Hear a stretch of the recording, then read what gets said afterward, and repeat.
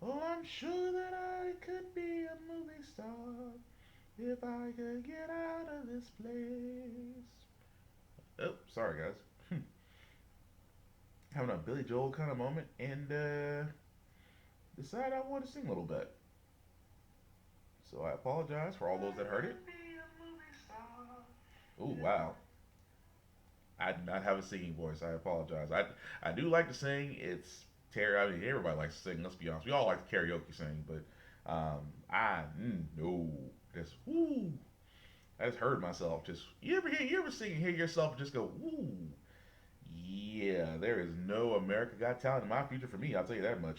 All right, let me just get some sharing out the way so we can get this started. I do apologize. We are running a little bit behind. Oh, yeah. Some days you just forget to set the alarm clock, and some days Android wants to push stuff through and says, fuck your alarm clock. Um, but you know what? We ain't gonna let it stop our shine. We ain't gonna let it stop our shine. Um, yoink. And,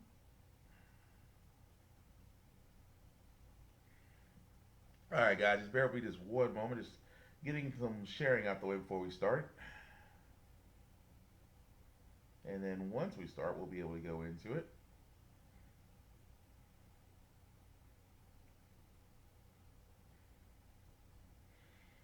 All right, cool.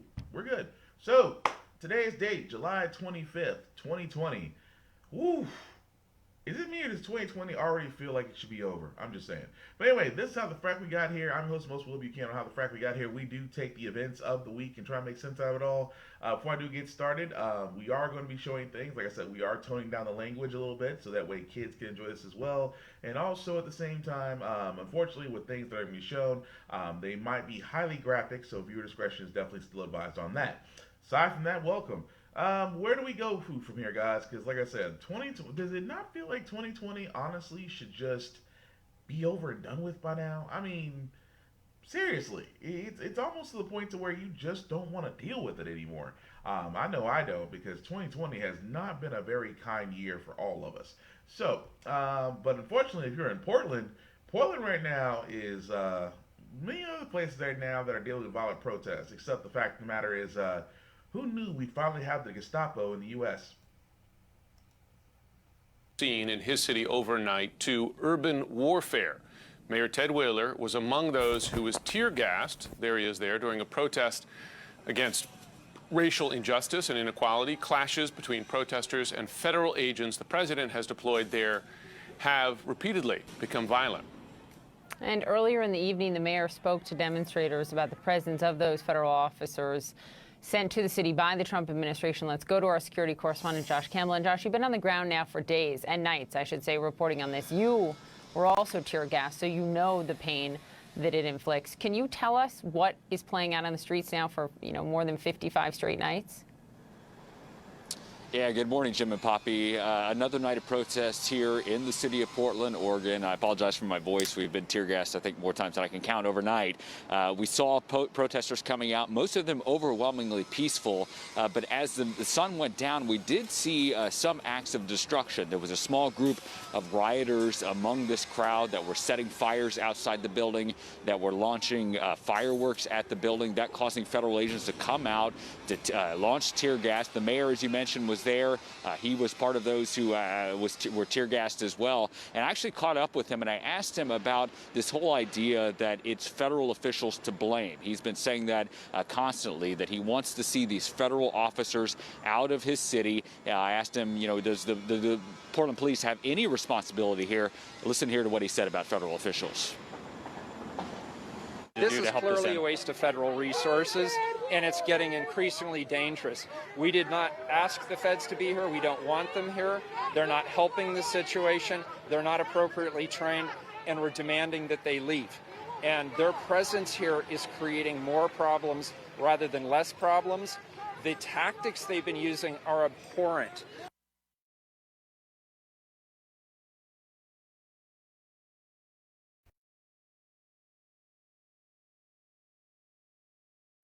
There we go. So it kind of says a lot, guys. Like I said, that's just Portland. Keep in mind now that Portland is kind of a hotbed zone for a lot of this traffic and violence, mainly put because of the protests following George Floyd, which have been happening in other states as well. The problem is that Dorito has finally decided that he's going to send in police force to Portland to try to quell the violence. And the last time I checked, conflict invites conflict. And the mayor is right. You did invite federal agents into your city to try to quell conflict, and you kind of just decided to light the kerosene match on it to make it worse. So it's the whole idea of it to where now it's like Dorito thinks he's doing right because he's trying to be this. The funny thing about Dorito is he has been trying to be a lot of things. He tried to be a tax man, that failed. He tried to be a tariff person, that failed. He tried to rip Obamacare to shreds. That failed. So now he's this law and order, hardcore justice, believes he's Wyatt Earp kind of president. Yeah, but he hid in his bunker when protests were happening outside the White House. Very tough. And even more so, he decides that now he's going to not only do what he did in Portland, he's going to do it in other places. Trump is expected to announce Operation Legend, which is the deployment of federal law enforcement agents to Chicago and Albuquerque. This is coming as Trump faces increasing backlash for sending agents to Portland. Protesters and federal agents have clashed there. The pictures have been eye-opening as we have watched them. This is where protests have lasted more than 50 days. The former head of Homeland Security even criticized the president's use of the department. Take a listen to Tom Ridge. The department was established to protect America from the ever-present threat of global terrorism. It was not established to be the president's personal militia. It'd be a cold day in hell before I would consent to an unilateral, uninvited intervention in one of my cities. Those comments join a chorus of calls from city mayors who are angered by the president's decision. More than a dozen mayors joining Portland and asking the Trump administration to withdraw federal forces. The mayors are writing this, quote, "These are tactics we expect from authoritarian regimes, not our democracy." The mayor of Albuquerque saying, quote, "There is no place for Trump's secret police in our city."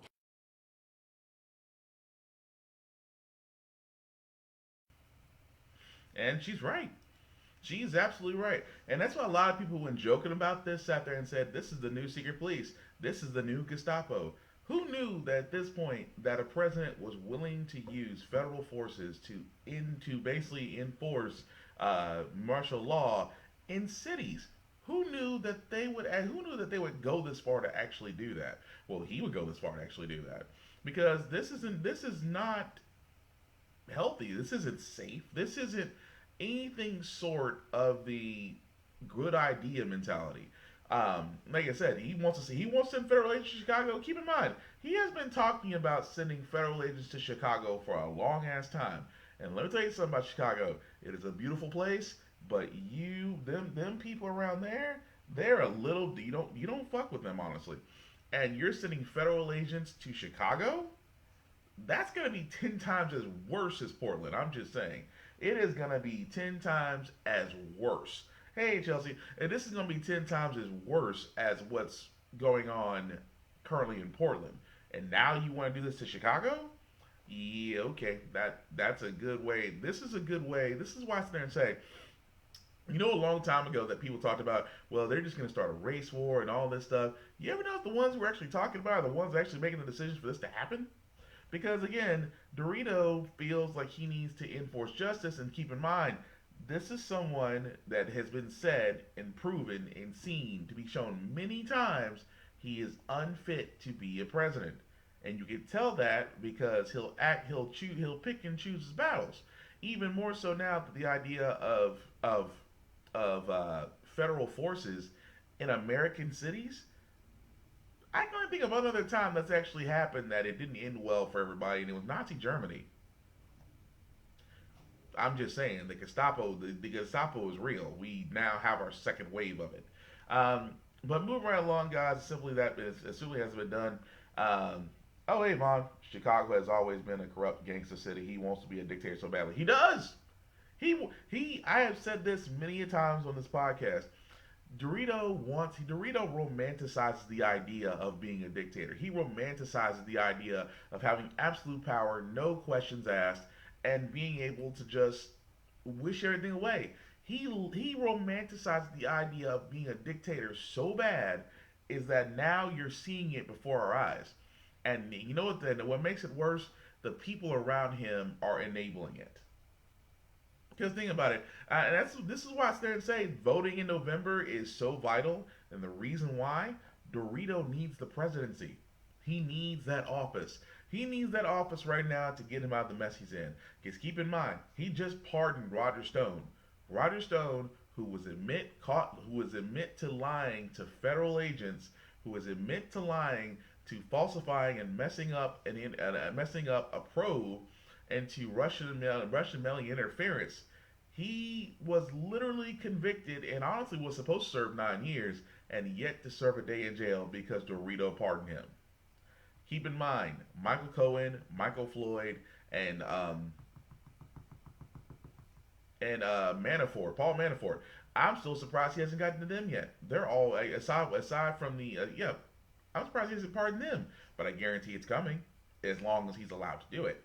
Um, but speaking of things that honestly make no sense, and personally, I like to call this the whenever I see this, I want to sit there and tell people this is where you just need to sit the hell down and watch, sit the hell down and honestly be quiet.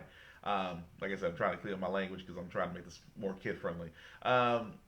There are some people out there who just honestly, when it comes to when it comes to black violence, to us, it's amazing that the reactions they see when a black person dies and that we're finally tired of taking it is when they turn around to there and say, well, we're not going to take it anymore.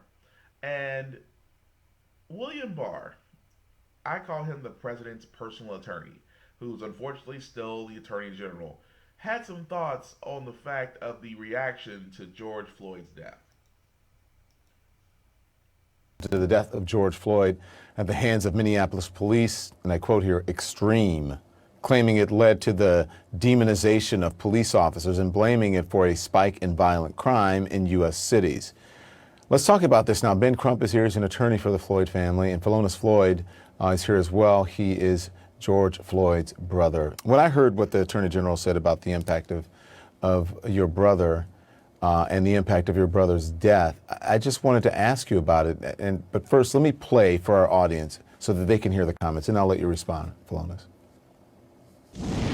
We had that terrible event in Minneapolis, but then we had this extreme reaction that has demonized police and called for the defunding of police departments. And what we have seen then is a significant increase in violent crime in many cities. And this rise is a direct result of the attack on the police forces and the weakening of police forces. What do you make of his comments? So I'm just going to go ahead and stop right there, just because again, they're just going. I'm just going to repeat what they're going to say. It is amazing to me how a person whose main job right now is to muddy the waters and allow the president to do whatever he wants is going to turn around and sit there and say, well, the reaction to a man being killed on social media right in front of us, the reaction to it has been extreme. And that, this has led to rise in violence in cities, and it's a call to defund the police. Okay, so for the simple fact of the matter is, William Barr won't get it. He doesn't want to get it. Because the fact that there has always been animosity between police and minorities, specifically police and black people, the fact that that has been there since the 1920s and beyond. Keep in mind, law enforcement used to be slavery recovery people. For all those that don't listen to rap, overseer, officer. For all those that know that line, kudos. But again, we're not surprised that law enforcement has always had a disparity toward minorities. It wasn't because of George Floyd. That man was killed right in front of us. And honestly, what I believe that was the straw that broke the camel's back. We have seen over the last 3 years, we have seen black people die in front of us, and the killers went free and nothing has happened, and we are basically being told in a subtle way to accept it. And we honestly got tired of it. Like I said, it gets to a point where frustration and everything else just seems to finally just hit a breaking point. And I think George Floyd and the way he died was that breaking point. And I can't knock anybody and I can't knock that. But I can't knock the fact that he's using this saying, well, the violence has been extreme. People have been protesting. Yes, that's true. And they were rioting looters. But I find it funny that from a race of people whose entire history was rioting, looting, pillaging and plundering, and robbing minorities and people of their lands and things of that nature, that their descendants have the gall to sit there and question us when your ancestors pretty much wrote the book on the subject. That's all I'm saying. And on top of that, defund the police. Defund the police honestly does not get the clarification it should get. I'm all for defunding the police, but what that basically means is that we are demilitarizing the police. You know, we're not giving them military hand-me-downs, which a lot of these law enforcement have. I am simply saying that we need to, increase the training. When they mean by defund the police, I mean first off, you're cutting the budget from this military stuff that they don't need. At the same time, you're increasing training because, let's be honest, I've said this on before on many podcasts, a law enforcement officer only takes 6 months to train. But a hairstylist, a barber, an electrician, a plumber, an IT person, or anything in the above takes more than a year. The profession that we depend on takes half a year to be trained. And unless they're the military, unless they're in some type of specialized military branch, military police get de-escalation training. They have to. It's part of the requirement. But it's not required for local law enforcement. That should tell you something. And at the same time, when we say about defunding the police, we are simply saying that they need to be trained more, that they need to be screened more, that they need to be psychological, there needs to be more psychological evaluations, things of that nature. Because Chris Rock said it best, law enforcement is not a job where you can have a few bad apples. Because a few bad apples will lead to many deaths. And I'm not surprised, that's why I say about defunding the police, because that's how it should be. Versus my other idea, anytime a law enforcement officer kills somebody, that it's found unlawful, that their pension should go to the family. Think about that. If a cop's pension or money from their pension fund goes to basically given to the family of the person they killed, there would no longer be any overnight. The killings would stop overnight. Because the last thing a cop ever fears is the fact that his pension is gone. And at the same time, he should be because of the life he took. But moving right along, guys, I cannot believe that Dorito actually did this. That for simple fact of the matter, Dorito turned around and is not going to do a convention. And you wonder why? Well, I think he's finally admitting he's losing the coronavirus. Snapping reversals on coronavirus this week as the virus is surging and his poll numbers are sinking. So I told my team it's time to cancel the Jacksonville, Florida component of the GOP convention. Canceling his convention in Jacksonville, Florida was the latest U-turn that came 8 weeks after the president moved it from North Carolina because he thought the health precautions required there were too strict. The timing for this event is not right. It's just not right with what's happened recently, the flare-up in Florida. Without mentioning the thousands of supporters he recently addressed in Oklahoma and Arizona without masks, Trump now says he feels obligated not to host big crowds. I thought I had an obligation not to have large numbers, massive numbers of people crowded into a room. Sources say there are staggering numbers behind the president's decision, but it's not the case count in the U.S. A Quinnipiac poll released this week found that 62% of Florida voters felt it was unsafe to hold a convention in the state next month. The same poll had Joe Biden leading Trump in Florida by 13 points. The president canceled the convention but forged ahead with his push for schools to reopen this fall. Though he claimed Wednesday that kids don't transmit COVID-19, quote, very easily, task force official Dr. Deborah Birx said it's still being evaluated. What I can't tell you for sure is whether children under 10 in the United States don't spread the virus as the same as children over 10. The president did not brief reporters on Friday, but he did tweet that a top Republican told him Congress would not force the Pentagon to change the Confederate names of some U.S. military. Okay, so we're just going to stop right there because it goes to the military naming of removing Confederate judges and Confederate soldiers, and we all know how that goes. But it's amazing that Dorito, who sat there and pushed for all the openings, who sat there is now pushing for schools to be open. And keep in mind, Florida, Ron DeSantis, his personal cheerleader next to Lindsey Graham, decided to go ahead and push forward with the things of pushing Florida back open to get things back to normal and to get people back working. Here's the problem with this, is the fact that they ignore the science. You ignore the science of simply saying, well, that was bound to happen. Well, we're gonna, getting the virus isn't that tough. At the same time, we're gonna take all the health precautions we can. And look what happened. Florida now has one of the highest coronavirus cases in the U.S. 400,000 cases. Hey, you remember when I sat there and told you guys a while back, we're going to see the numbers from July 4th? We're going to see the numbers from everybody going out and being around each other with no mask? Again, this is why I sit there and say this so much about the coronavirus. Well, number one, we're never going to go back to normal. The normal that we knew is gone, and that needs to be accepted. On top of that, wear a damn mask. How hard is it to wear a mask? I've heard the complaints. I'm sorry. If you like being choked, you can wear a mask. If you like role play, you can wear a mask. If you have a safe word, you can wear a mask. Come on now. It's not that fucking hard. At the same time, the simple fact of the matter is, masks, again, for some odd reason, I have to keep saying this, masks do not prevent the spread. They reduce the risk of exposure. And it is amazing to me that it's been explained in science experiments. Bill Nye has done a science experiment to show coronavirus and how it works. It has been done so many times that at this point it shouldn't be argued. We've tried without wearing a mask. Now let's try actually wearing with them. Let's actually try social distancing. Let's actually try, if you're feeling sick, then you need to go to the emergency, you need to go to the ER and get checked. Or if you're not showing symptoms, stay home.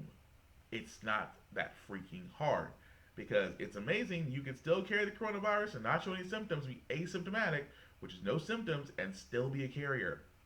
There is a reason why these things are being put in place. On top of that, with Dorito, he now knows that the case for coronavirus is so high that he knows that if he was to do a rally in Florida right now, his followers would show up and that case number would increase. And it doesn't do anything to help his polls, because trust me, as I said it before in this podcast, Dorito needs the presidency to stay out of jail.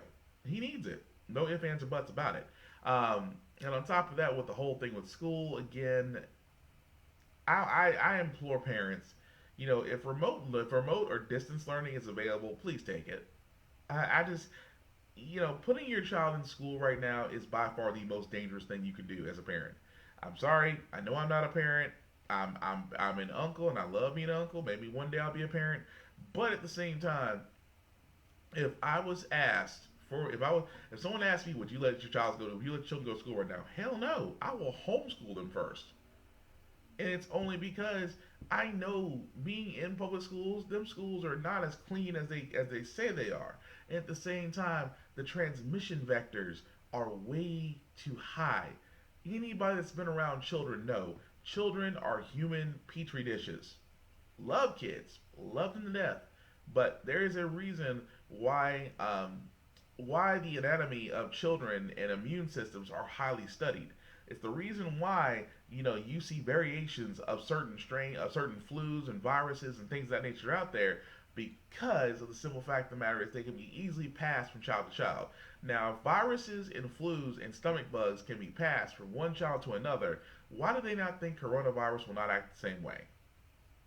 And again, for the simple fact of the matter, it makes no sense to put kids and educators in danger when we should be investing more in the technology side. I have been saying, I know I know I need to get off my soapbox, but we have technology. If we can sit here and I can do this podcast via Facebook and via YouTube, and for all the world to see. Why can't we not have a teacher embody that in the classroom, in a virtual classroom for kids? Why can we not make sure that that broadband internet is more of a public utility and should be available to every family? How come we can't make sure that education and technology is basically walking hand in hand? For example, if you can't be in the classroom physically, we could have a remote learning classroom, as many private schools and academies and charters have figured out how to do. But in the world of Betsy Davos, they are trying their hardest to get schools to open. And if I was an educator, I wouldn't do it. If I was a principal, I'd say hell no. If I was a part of a school board, I would be sitting there saying, this is not how we're going to open up our schools. We're not going to open up our schools this way. We are going to open up our schools when the coronavirus cases are low enough to where it's considered safe. It is not considered safe anywhere in the U.S. to basically open up schools. Because for some odd reason, I'm not going to listen to a person that's on the Trump team who's going to sit there and tell me that it's easier for a 10-year-old to pass the coronavirus than a young child. I'm sorry, I'm not going to follow that. Because anybody that's been around kids knows when one kid is sick, they all get sick. Just saying, from all intents and points. But speaking of things closer to home, especially my hometown of Nashville, do you like the bar scene? Do you like downtown and Music Row and all those places? Yeah, we got a curfew now. It is closing time for Nashville restaurants and bars on Broadway. A public health order requires them to shut down at 10 o'clock each night. News 4's Cameron Taylor is live from Lower Broadway right now with us. Cameron, what are you seeing out there?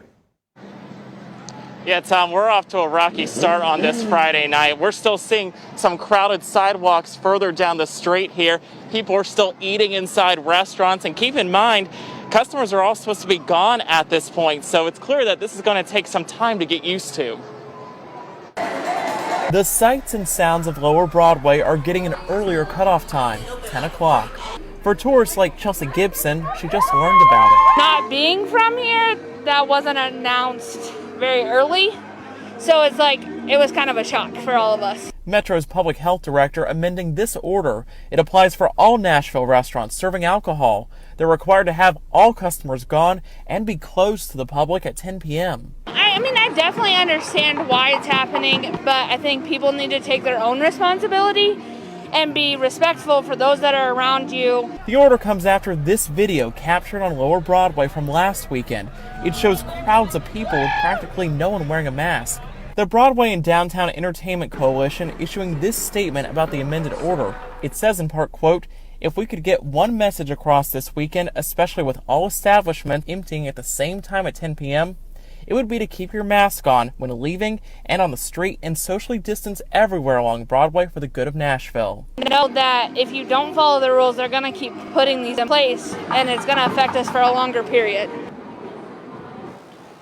Now, if businesses don't follow this order, they could face a fine, a warning, or be ordered by a court to close.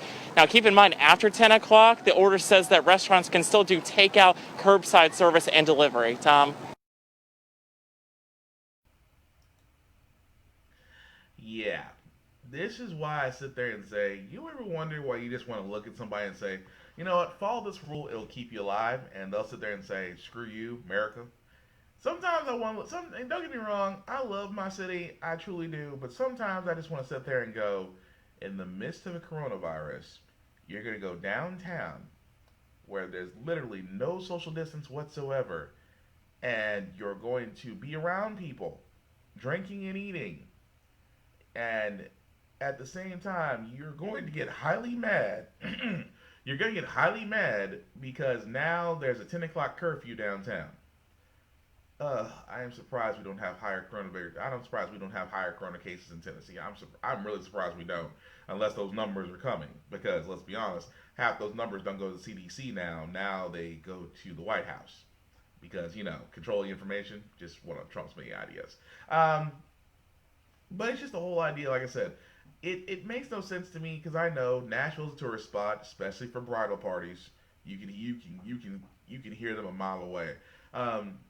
but at the same time, it's that situation. Like I said before, I understand people get cooped up. I understand it. Nobody likes to be cooped up. Nobody likes to be in their house all day or things of that nature. But going downtown and risking the coronavirus is something that honestly I would rather stay in the house for personally. But again, as you see from the video, they are going to institute a curfew down there. They didn't say the word curfew. I think it's kind of funny they didn't say it, but it really is curfew. But they're instituting curfew that all bars by 10 o'clock will now just become takeout places, which also means that which also means the simple fact of the matter is that is going to cut down again on businesses. And we've been over this, guys, where I've sat there and said many a times, had they did more, in which I'll go into about the stimulus, things of that nature, but this is the after effect that this is honestly the conservatives' way of thinking. The conservatives' way of thinking is we're not going to give you help. We're just going to get you back on your feet and basically have you work for yourselves again. Not give you relief, not try to give you stimulus, but hey, let's just try to get you back to work as soon as humanly possible, okay? That's always been the most annoying thing to me. What do you say, Vaughn, and the teachers get sick? I don't want that. I don't want that either. I love educators. I don't want them to get sick. They don't even get paid enough as it is. Let Darwin's will be done. That would be a great culling, sir. That would be definitely a great culling. Not that I wouldn't be against it. But in other news, as we switch gears for a second, guys, the mayor of Louisville decided to come out in public today as far as Breonna Taylor and explain that he is frustrated. It's a painful time for our city and our country. We're simultaneously dealing with the COVID-19 health crisis, an economic downturn, and protests and demonstrations in our streets where people have gathered for almost 2 months to call for racial justice and justice for Breonna Taylor. Breonna's tragic death is an open wound for Breonna's family, for protesters and their families, for me and my family, for our entire city, and for all of us as human beings. And it's especially painful for our black community, as I've heard, seen, and felt up close in talking with protesters individually and in groups who feel the impact of Breonna's death in a raw and visceral way. I will always be grateful for the honesty and directness of these often heartbreaking conversations. I am listening and learning from these conversations and from the many questions I'm hearing from people throughout our city. A lot of the questions are about the status of Breonna Taylor's case. I also hear questions about how we got here and where do we go from here. And there are strong emotions in those questions too. Frustration, pain, anxiety, grief, along with determination, compassion, and hope. I share all those feelings, and I feel like I go through that cycle every single day, because that's what happens when the people in the city you love are going through a time of hurt and uncertainty. That's the situation we're in. So let's talk about it. I, along with so many others in our country and community, am incredibly frustrated at the slow pace of justice in Breonna's case.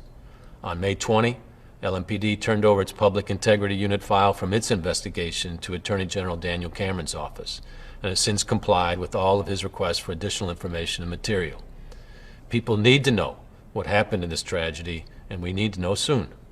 So now we're all waiting for him to announce his findings. I'm waiting the same as you.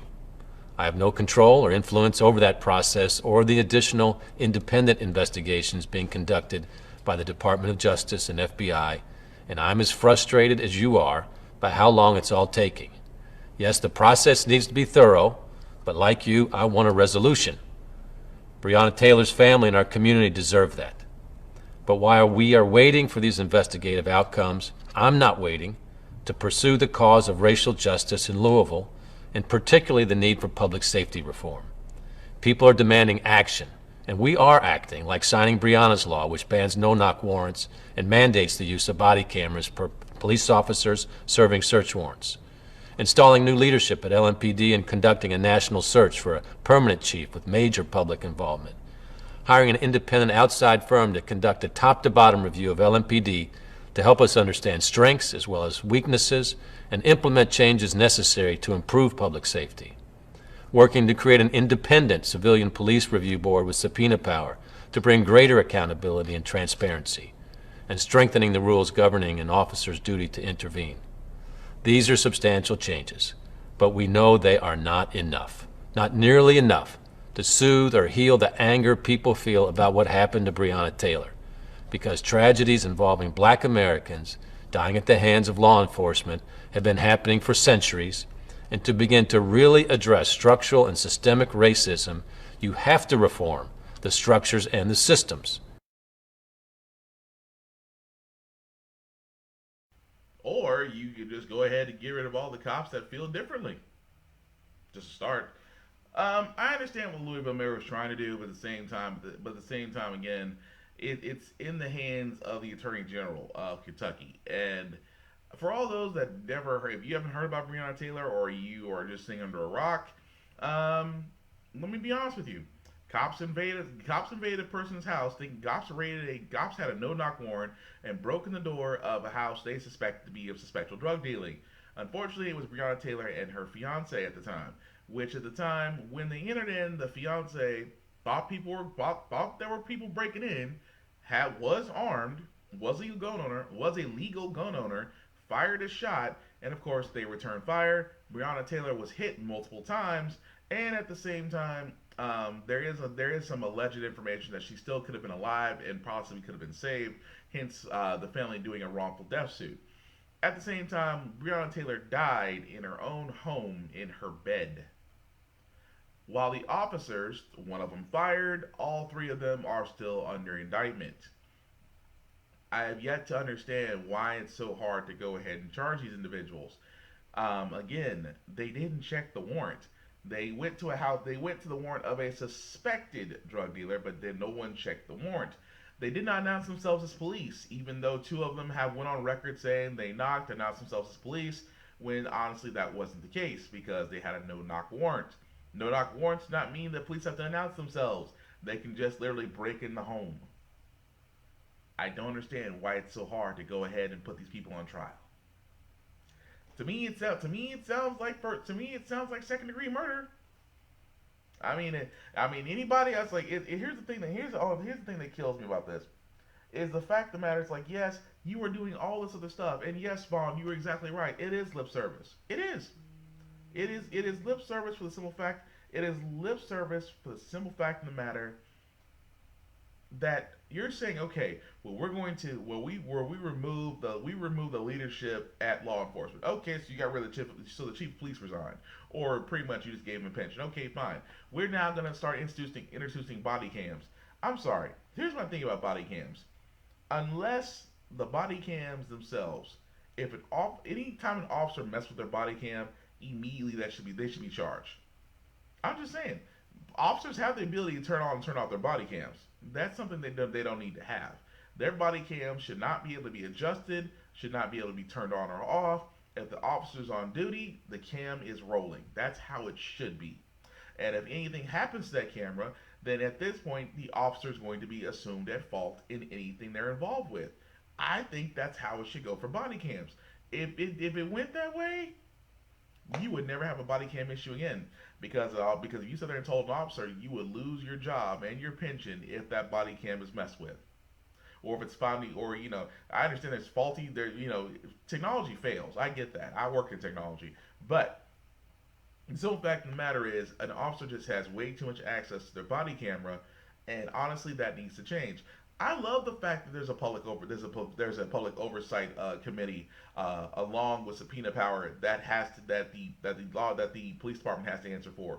We have that here in Nashville. We're trying to still implement it. Just because of the fact of the matter is that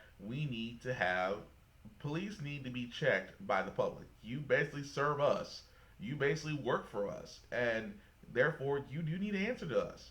And I'll tell you right now, the police here in Nashville didn't like the idea of a civilian oversight board over them, because the one thing police hate is the fact that they have to answer to somebody. And trust me, it did not go over well. They still fought that every tooth and nail, and even sometimes tried to defund it, but it still went through. So I get the fact of what the Louisville mayor is saying. However, you're saying you're frustrated because you sit there and say, well, I have no influence, no oversight, no nothing over the simple fact of the matter of what the Attorney General is doing. I have a better question. What is the Attorney General looking into?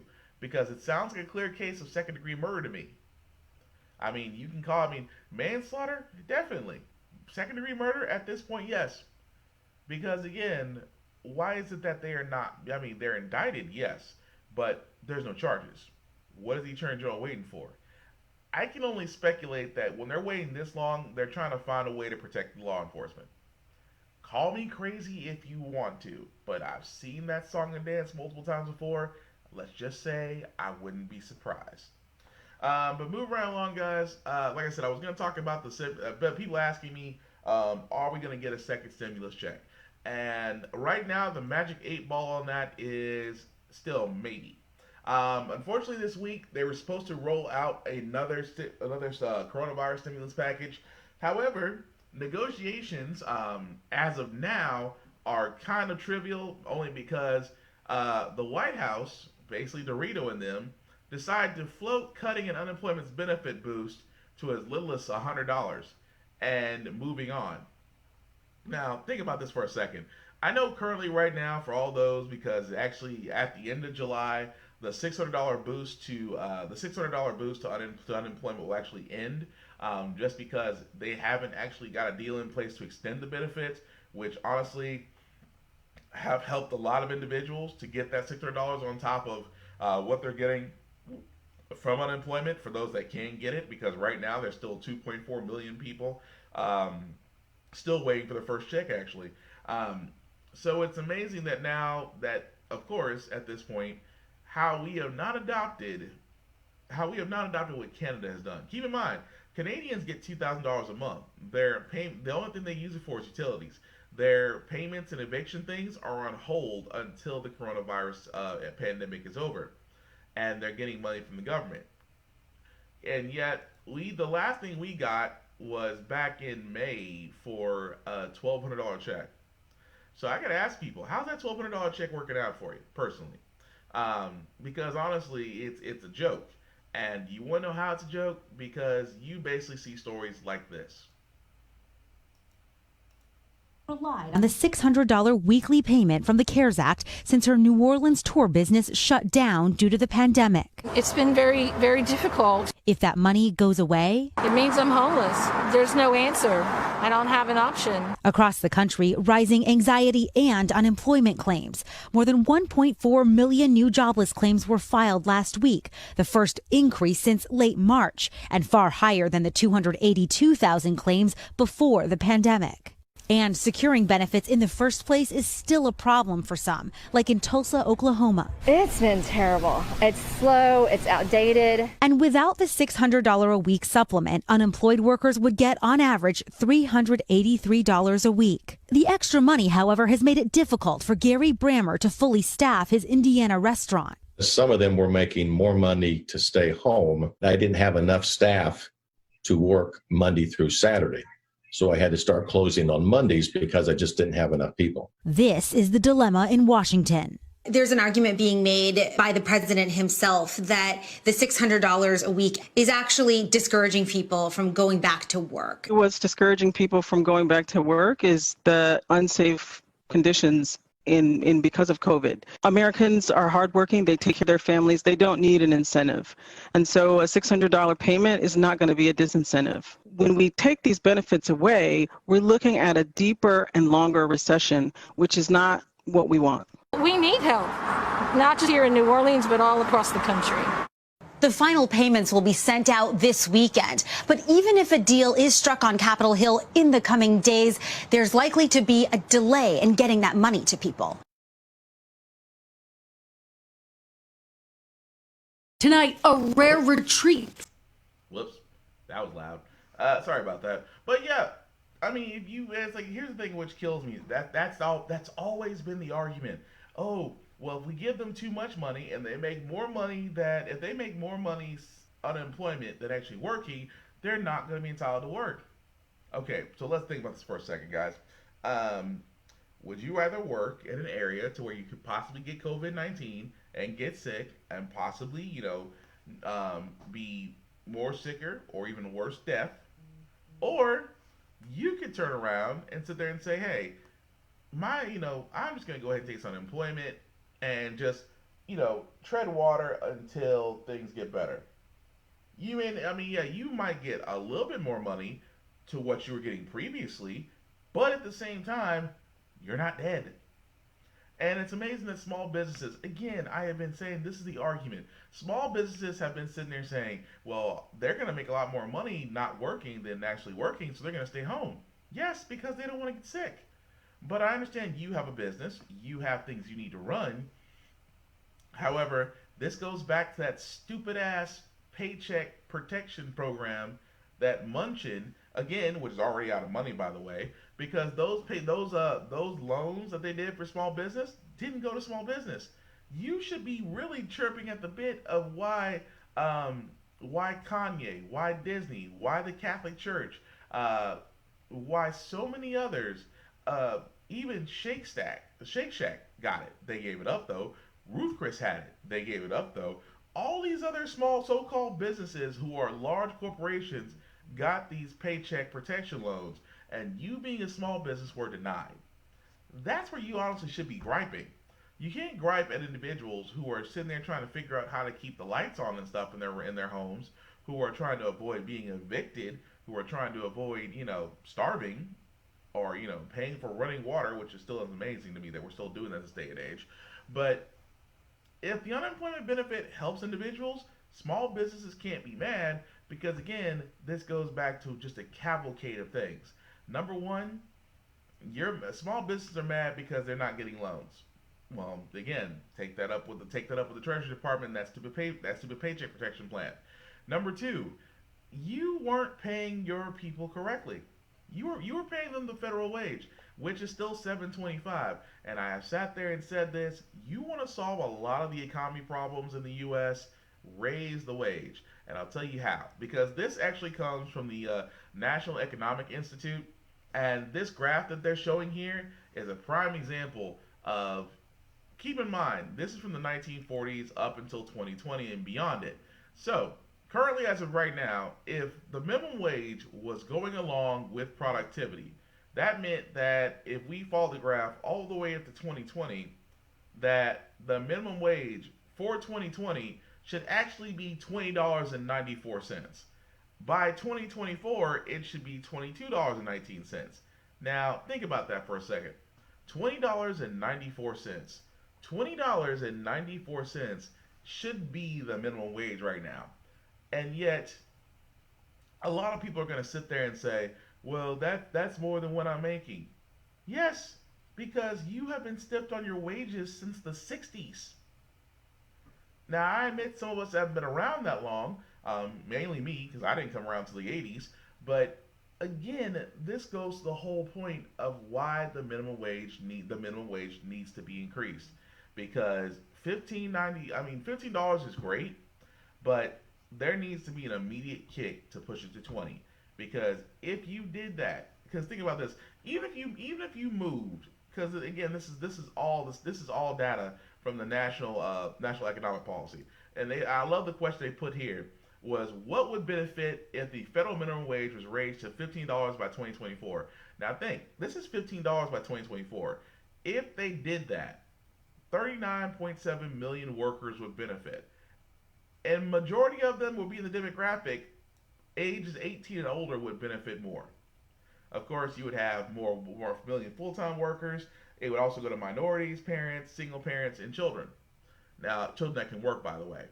But think about it. That's just $15. $15 by 2024. Here's my thing. I am all for gradual wages, but we need to go ahead and really put a shot in the arm. Who's not to sit there and say, if the president really wanted to be daring, I'll give that. You know what? I hate to say this out loud, but I don't even think Dorito would do it. I don't think Dorito would turn around to there and say that one of his executive actions is to raise the minimum wage to $20.94 an hour. I don't think he's got the gall to do it. But I guarantee if Biden had sat there and said that, it would be immediate support. I'm just saying, it's the wages haven't changed. The minimum wage hasn't changed from $7.25 since 2009. 2009, nearly a decade plus ago. that 725 in 2009 was established. But since then, we're still sitting at 725 when we should be honestly sitting at $20.94 right now. The minimum wage should match the productivity of the economy. It shouldn't be the wage gap. That right there is a signified sign of why in the world we still have a wage gap. And I'll keep saying that until it finally takes hold somewhere. But speaking of things that are being set hold, well, Dorito loves his greatest hits, and well, you've heard this one before. Biden, who today described you might have heard that, as the first racist to be elected president. That was his words. Well, it's interesting because we did criminal justice reform. We passed criminal justice reform, something that Obama and Biden were unable to do. We did opportunity cities. We did the greatest. If you look at what we've done with opportunity zones, nobody's ever even thought of a plan like that. Prior to the China plague coming into our country and really doing terrible things all over the world, doing terrible things, we had the best African American, Hispanic American, Asian American, almost every group was the best for unemployment. The unemployment numbers were the best. You look at employment, you look at opportunity zones, and maybe most importantly, you look at criminal justice reform, you look at prison reform. I've done things that nobody else, and I've said this, and I say it openly, and not a lot of people dispute it. I've done more for Black Americans than anybody, with the possible exception of Abraham Lincoln. Nobody has even been close. Thank you very much, everybody. Thank you.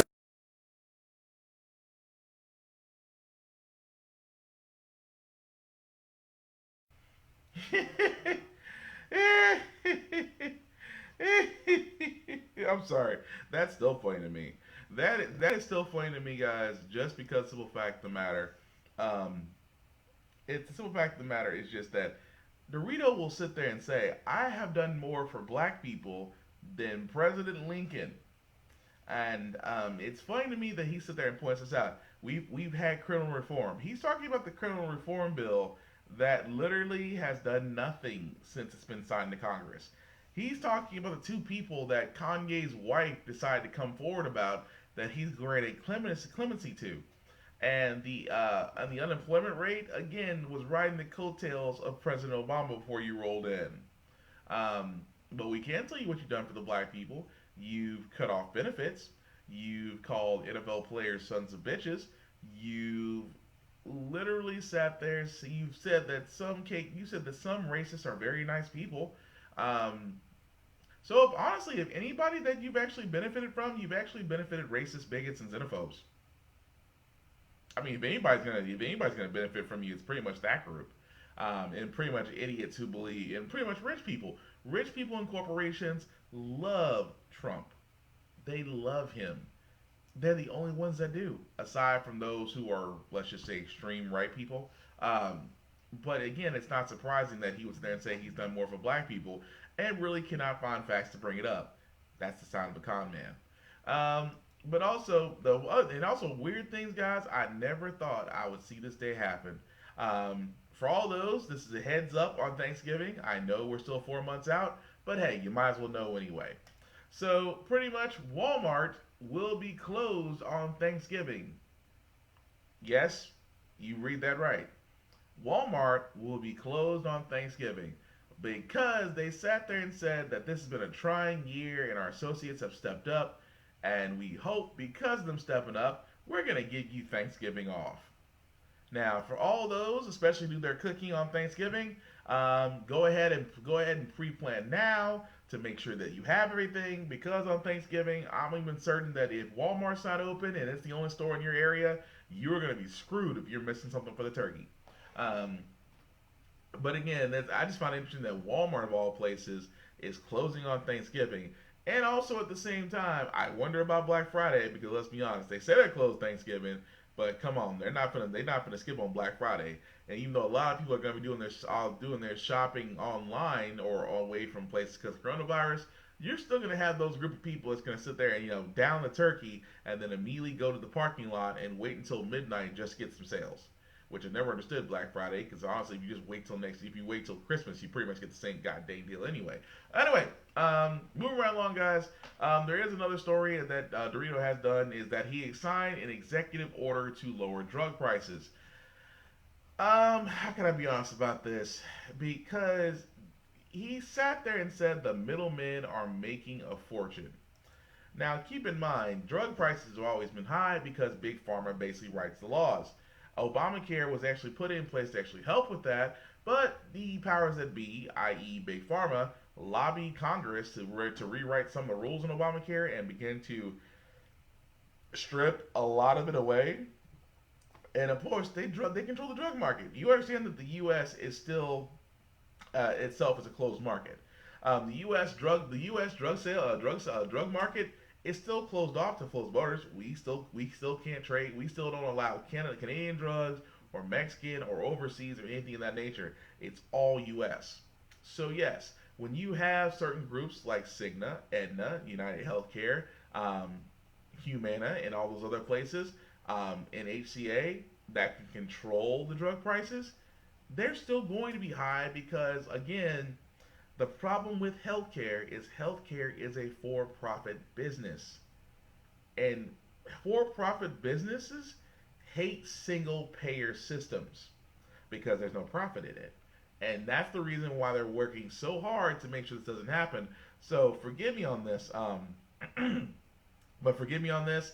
I don't see Trump signing an executive order to lower the cost of insulin because, again, insulin is still one of the many drugs out there that people are dying from because they're trying to ration it, or it's too expensive for them to buy, and things of that nature. It's just a simple fact of the matter, guys, that this is kind of an empty, hollow move. Honestly, it really is. But moving right along before we get to our last story, we're actually on our last story, we get to our feel good segment. Of course, I talked about earlier about voting.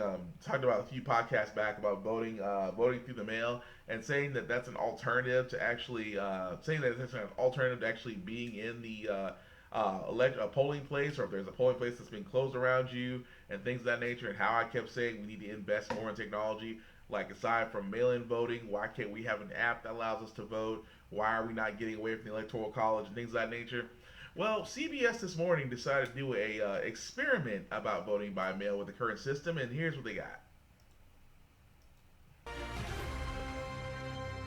Many Americans are expected to vote by mail for the first time this November because of the pandemic. And all across the country, the rules vary for when you can get your ballot and when you should return it. So just take a look at this. In green, you can see states that require ballots to be postmarked by Election Day.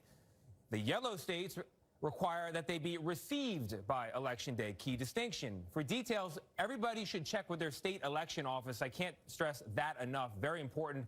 One other thing that is very clear, you need to give it even more time than your state might recommend to get your ballot through the mail system. This is crucial. In 2016, out of 33 million mail-in ballots, more than 73,000 arrived too late to be counted. They were not counted. So what we did is we set up an experiment to see how long you should give yourself to make sure your vote actually counts. We got guidance from voting rights advocates who say it is as simple as determining how much time it takes for first-class mail to go from point A to point B. If you know how to mail a letter, you already know how to mail in your vote. How you doing? Good, thanks. Thank you very much. But how long might it take for that vote to actually arrive and be counted? You're welcome. Have a good afternoon. We decided to test it, sending 100 mock ballots simulating 100 voters from locations all across Philadelphia to a P.O. box we set up to represent a local election office. A couple days later, we mailed 100 more using the same size envelopes and the same class of mail as real ballots here. To approximate the weight, we even folded mock votes into every one. In the following week, we checked our P.O. box for the results. Mail pickup notice, there's more. When we went to collect everything, though, Nothing? most of our votes seemed to be lost. That's all I have back there right now. That's You're sure? You're totally sure? I believe you. All right, then. Have a good day. Okay, take care. We had to ask for a manager. We're trying to do something about mail-in ballots. And explain ourselves before someone finally found our votes. Okay, thank you. 1, 2. We soon discovered another problem, missorted mail. 2 pieces of it. We got a birthday card from Mike to Ronnie. Have a sweet B-day. Get it? There's a B on top. When the birthday greetings ended, 12, 13. We found a bigger issue. 21% of our votes hadn't materialized after 4 days. And the batch we'd mailed a week prior, some of those were missing too. So of our 100 ballots, 97 arrived, which sounds pretty good, unless you consider the fact that that means 3 people who tried to vote by mail in our mock election were in fact disenfranchised by mail. In a close election, 3% could be pivotal, especially in what's expected to be a record year for mail-in voting. We're going to see somewhere between probably 80 and 100 million voters receiving their ballot that way. Tammy Patrick is a former Arizona election official who says many states have policies that just don't take into account the postal system. So states like Ohio, you can request your ballot on Saturday up until noon for Tuesday's election. And that is the worst possible thing because you are setting up the voters with false expectations and you're setting them up to fail. The Postal Service says voters should mail their return ballots at least 1 week prior to the due date. But nearly half of all states still allow voters to request ballots less than a week before the election. So you can forgive the public for being a tad confused. How long do you think the post office recommends? About 3 days, 2 to 3 days. They're saying at least a week. A week? They're saying at least a week for your vote. Others are hesitant to rely on mail for something as serious as their vote. Do you trust the Postal Service to deliver your vote? I never have, honestly. I don't know if I would. Have you ever had anything lost in the mail? I absolutely have. Yeah. You waiting on things in the mail right now? I am. I am. Yeah. I just don't trust the mail. That's true. You don't trust the mail either? Well, I just don't. I would like to give, especially during COVID, give them ample time to deliver it. I don't trust it. Why not? I don't know. I'm scared that it might get lost in the mail. I just want to make sure that my vote is submitted. Like, I see that it's submitted, that it actually counts. In the warehouse where Philadelphia stores its voting machines, we shared the results of our little experiment with City Commissioner Lisa Deely, who helps oversee elections here. Better than you expected. It was better than I expected. Okay, that's good to know. After nearly 15,000 ballots arrived late in last month's primary here, she says voters are right to be wary. If I'm hearing you correctly, what you're saying is even if a voter follows all rules in the state of Pennsylvania, you still can't guarantee, as an election commissioner, that that vote arrives on time. No, because I can guarantee my end of it. I can guarantee that I'm going to get you your ballot, and if I get it back in time, it's going to be counted.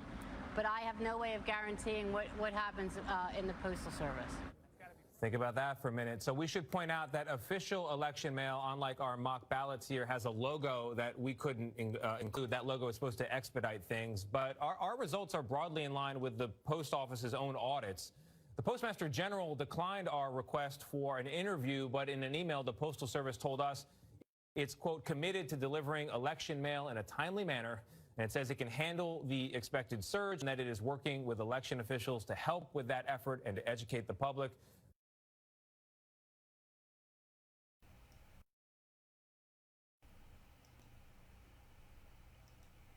Okay, so I like the fact that what they try to do. They try to show that the experiment of trying to do by mail and things of that nature.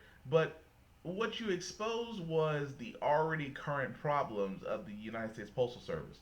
Don't get me wrong, the United States Postal Service is still a highly needed, highly required, again, should be treated like a public utility by now, part of the way we do mail and how we ship things.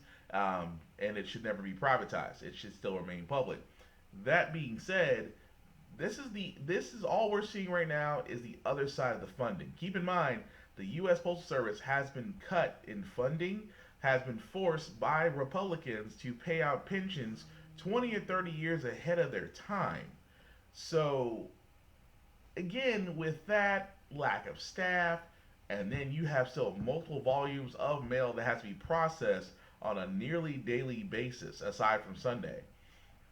it just makes sense that yes, if you try to do mail-in voting now with the current system, there are going to be cracks in the wall because what the anchor was saying is that election mail actually has a certain election symbol on it that's on the ballots and supposedly is supposed to get higher priority in getting sorted out and shipped out.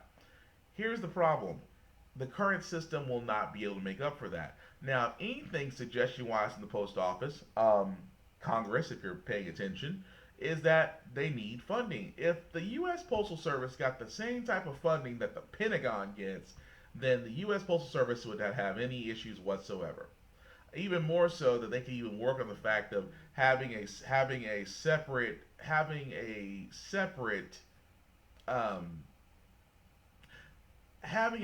area for the mail, or basically just sit there and say on this day, on this, have a mail-in ballot box that's right next to the Postal Service. And like I said, this can all be done. As far as looking into it from the outside in. And this is only if you have more money, funding, and things of that nature. So again, I'm not surprised by that. But it does explain a lot. It says that all this does is leads to people's distrust already in the post office. Because, for anybody that's ever dealt with the post office, they have horror stories. It got lost in the mail, it arrived damaged, the box looks like it's been ran through a couple times. I could have sworn they probably opened it up. Things of that nature. We've all had our horror stories with it. With that also being said, it can improve. But it won't improve unless Congress actually gives the funding and we can start to turn around a lot of these people who have a negative review of the post office. However, this should not deter anybody from mail-in by voting because, like I said, with the coronavirus out there, with polling places closing and things of that nature, it makes sense to have as many options available to basically give people the opportunity to vote. Because trust me, it is so vital right now that you vote. I can't even stress that as much as humanly possible. But move right along, guys. That's actually our last story. We're going to get to our feel-good segments. And like I say here on How the Frack We Got Here, we do cover a lot of stuff. Sometimes it's doom and gloom. Sometimes it's just downright disastrous and things of that nature. But like I said, it's the weekend. Hopefully it's sunny where you are. I still can't believe we still have 4 more weeks of summer and it's right back to winter because I hate the heat. I love the cold. But anyway, like I said, we're finally going to get back to that, guys. So again, I want to share some uplifting stories, some funny stories, leave you out here on a good note. And this one right here is the greatest example of friendship that I can think of. $1 million. And I said, "Are you jerking my bobber?" A stunning prize tied to a promise between longtime friends Tom Cook and Joseph Feeney. We said whenever the big winter comes, we're going to split it. So we buy every week and, not really thinking it would happen. That happened many years ago. It's just kind of continued. And almost 20, I think. Handshake's a handshake, man. That handshake was in 1992. 3 decades of trying their Wisconsin lottery luck. And finally, last month, we've got 41, 54. A win split in half. It's quite an experience when I read them first 2 or 3 numbers and I kind of froze. Both men now retired and ready for the good life. I got grandchildren and great-grandchildren, and I can spend time with them. I can't think of a better way to retire. You can't pick the winning numbers, but lucky for all of us, you can pick true friends. These two hit the jackpot on both counts. Katie Beck. Okay, so the video may have started a little bit early. So pretty much what happened is one friend won the lottery, and the other, and pretty much beforehand, apparently they had some sort of agreement years ago where he sat there and said, "Hey, if I win the lottery, I'm splitting it with you." Okay, cool. Flash forward to 2020, and he wins the lottery, and this man is a man of his word and decides to split the lottery winnings with his friend. Now, I know what you guys are. To me, it's like, all I hear is Toy Story's "You Got a Friend in Me" right now, which I thought was funny, which I thought was like, "You got a friend in me." And don't get me wrong, it's great that you see stories like that, there's really people that are men of their words and honestly saying, you know what, man, if I make it, we all gonna make it. Okay, cool. There's also a downside to that. There's a downside to the fact of the matter of, well, you can't keep telling everybody, if I win the lottery, such and such, because as you can see, people gonna hold you against it. But in that case, I thought that was pretty cool that two friends, said after that, said, what's 5 million between friends? Because each of them got 5 million. And like I said, honestly, $5 million the rest of your life, realistically, you can't spend $5 million in your lifetime. Realistically. Now, I'm not saying extraneous stuff or stupid stuff or just lucrative products. I'm saying that if you have $5 million, you should not be able to spend that in your lifetime. Just saying. But moving right along, guys. This story I thought was also pretty cool as well. As soon as it loads up, there we go. So this individual has a goal that he wanted to ride roller coasters. But at the time, the man was all weighed over 400 pounds. He's 6'9" and 400 pounds. Kind of reminds me of a professional wrestler I used to know. So he actually was so heavy that there was a certain ride that he could not get on, which he was overweight. Of course, grossly overweight, even at 6'9".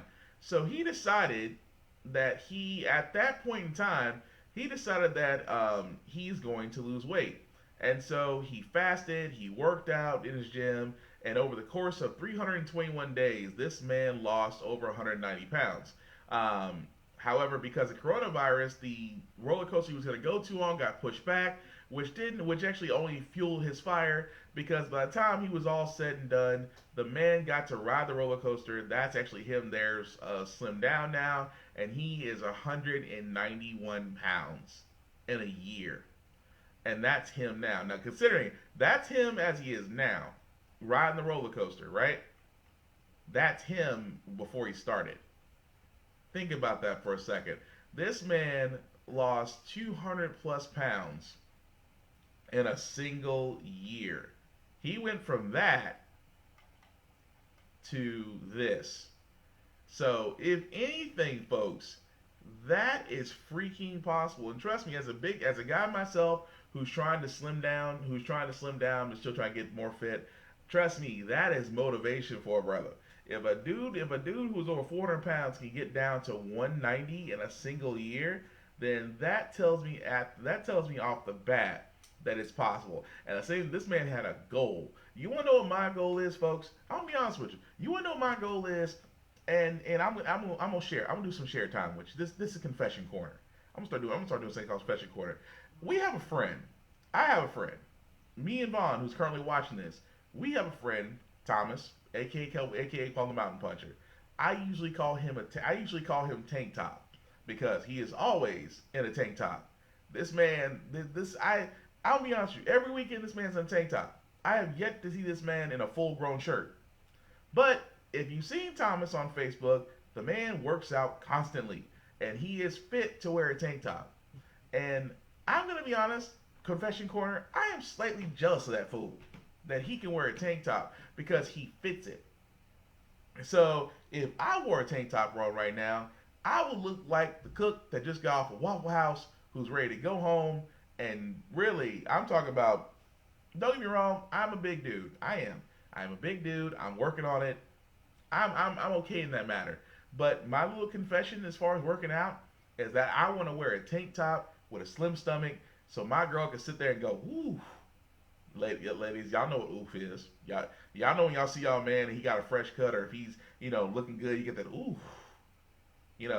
I'm not the lean back, but oof, you get that. Yeah, I'm trying to get that. I'm trying to get my girl to look at me and go, oof. I'm trying to get, yeah. Anyway, but yeah. Anyway, love the fact of what he did, and trying to and slimming down to that nature. But the last story that I got, guys, honestly, I am a fan of music. I cannot play a musical instrument to save my life. I keep saying one of these days I want to learn piano and I want to learn to play the guitar. But I love the fact that this story here was a guy who, well, let me just play the video, if it plays. To an antique store and asked to play the piano. That was just the beginning. It all started with this moment. At the remarkable Cleanouts Antique Shop in Norwood, Massachusetts. This young man asking a worker if he could play the piano that was for sale. She said, of course, and then started filming. Journeys don't stop believing. That worker said everyone in the store suddenly stopped. Just shot that short video and posted it on our Facebook page as a feel-good story, and it just blew up. People wanted to buy it for him, and who was he? And I didn't know who he was because he was just gone. That community then helped track down that young piano man, 23-year-old architecture student John Capron, and the shop owner, Mark Waters, invited him back. Everybody's like, who is this man? And I was like, that's me. It turns out the piano man is self-taught, and that owner had a surprise. See if you like this piano a little better. Giving him not that old piano, but a new one, a $3,000 Steinway. How does it feel? It's amazing. The weight of the keys is perfect. I cannot turn that down. I definitely cannot turn that down. This will be the first piano I've ever owned. To see him cry made me cry. I mean, I wish I could do this every day. Come on, we could do this again tomorrow. This is John playing his new piano. John Legend's All of Me. And tonight here, Hi, David Muir. the shop owner on why he did it. To me, it's just a piano. To this gentleman, it was a new way of life. Somebody's going to tune it for him. Somebody's going to refinish it for him.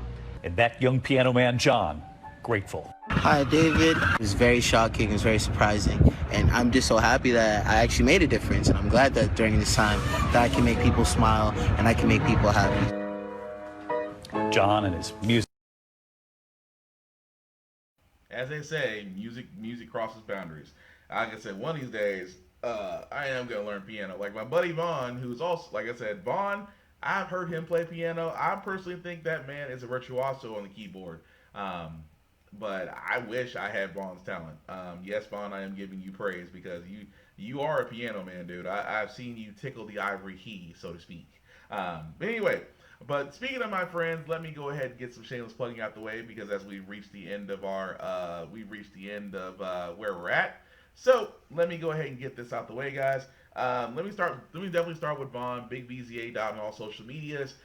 He actually has a few shows of his own. The first one is the VSTs, or the Intercast, as it's called. It's a news podcast. That news can be music, video games, or trailers. He loves to show because I call him the king of weird trailers because I cannot find or try to attempt to top the trailers that he finds, which are always interesting, slightly weird, but interesting. He also has a show called Rhythmness, where you can reminisce over the rhythm, in which he goes with the albums of the past and present. Grades to a 4-tier rating system. We are due for Rhythmness, Vaughn. We are due. We are due, sir. Just because me and him, we do have different musical tastes, but hey, differences in musical tastes lead to conversation. That's what the show is all about. He also has Random as Fuck, which has usually been every Monday so far. It's the pool of ratchets we sometimes dip our toes to, take a break from life and have a chuckle. Some bills make you think, some bills make you cry. Some bills just stick with you, but they're always to a theme, which he loves to do, especially that one girl who literally flambéed herself while trying to light, I guess, her ex's car on fire. Ladies, I've never understood why you set the car. Why do you do damage to the car? That's my question. The car did nothing to you. And at the same time, you want to let that car on fire, and almost she lit herself on fire, which is real funny. But anyway, excuse me. I got the Rona. No, I don't got the Rona. I just got a cough. But anyway, between that and all of his shows can be found on his social media page. He usually goes live on Facebook or on Instagram to tell. Oh, I'm sorry, not live. He usually goes on Facebook or Instagram to tell you when he's going to be broadcasting. So definitely be on the lookout for that. And of course, I can't forget about my man Tank Top, Thomas Reed. Who's starting to have I guess he's starting every Thursday now with his Q&A with his Q&A, I don't know why I'm hiccuping all of a sudden, with his Q&A to be determined podcast from the gym. If you've seen Thomas Reed on Facebook or 2TBD on YouTube, this man is nothing but fitness. He works out 7 days a week. He is married to the gym. He'll call the gym his girlfriend, but he always loves to help people, and he loves to be able to put things in perspective and things for you to follow, and just to help you get better for yourself, and to help the results to be determined upon yourself. Definitely look up Thomas Reed on Facebook to see when he goes live. Aside from yours truly, I do a few podcasts of my own. Of course, every Tuesday from 7 to 9 p.m. is the Burned Out Podcast, in which I basically tell real stories of my experiences in IT, as they call me tech support. every Saturday from 10 a.m. to noon is, of course, the How the Frack We Got Here political podcast. A little bit later tonight, between 7 to 9 p.m., will be the Off the Winds podcast that definitely does go there. And we will be going there because tonight, even though we're going to be a little bit light in the staffing, but tonight we are going to talk about cancel culture and the double-sided things about it. Also on Sunday between 7 and 9 p.m. will be the Get Bit podcast. It's my Blurred podcast in which we cover everything from anime to sci-fi to comic books, things of that nature from a Blurred perspective, and of course making it for us to enjoy, especially with some fact matter of Comic-Con still going on, and giving my review so far of Ghost of Tsushima, which I'm playing, and at the same time other movie reviews that'll be coming out shortly then. All of my shows can be found in really 3 places. One is on Facebook under my name, William Buchanan. Also on Facebook or YouTube, if you look up the Off Limits Podcast, if you look up How the Frack We Got Here, the Burned Out Podcast, and Get Bit, that is GITBIT, you'll be able to see every podcast that I've done so far in its entirety and going from there. Aside from that, guys, I just want to thank everybody that was watching. Thank you for liking, sharing, subscribing. The link above my head is for a Cash App that actually helps to make these shows better as far as getting new equipment and things of that nature. So if you can donate, that is more than happy. Thank you for that. And if you can't donate, it is quite all right. The only thing I do ask is that you just let other people know about this podcast that might be interested in just hearing about the news that is meant to inform. Like I said, the whole idea of How the Frack We Got Here is to just simply inform you of the facts and allow you to make up your own mind. We're not out here to try to change minds. We're not out here actually trying to steer you in one direction or the other. We are trying to give you the stories that matter, but we're also trying to give you the straight facts so that way you can be informed and go from there. Because that's the whole point of this. It's to show that America needs to be informed. And the fact of the matter is, if you can make a lot better, like I said, an informed community can make a lot better decisions than an uninformed one, because an uninformed one got us Trump, and that's how the frack we got here. So hopefully, guys, definitely be safe. Like I said, with COVID-19, please be safe. Wear a mask if you go out. Try to avoid large crowds if you can. If you're sick and you're showing symptoms, please go to your nearest hospital. But if you're not and you just need to stay, and just above all else, stay home. I know it sucks, but hey, we tried going out in large crowds. That's what got us here now. Let's try it differently. Also, thank you all hospital workers, doctors, nurses, nursing aides, environmental services, people of that nature. Thank you grocery store workers, gas station attendants, truckers, those that work in the UPS, FedEx, Amazon, DHL, all those areas that are still fighting, that people have to risk their lives in order to keep our cities running. We thank you so much for that. Aside from that, guys, like I said before, try to have a good Saturday. Be safe. I'm out. Peace.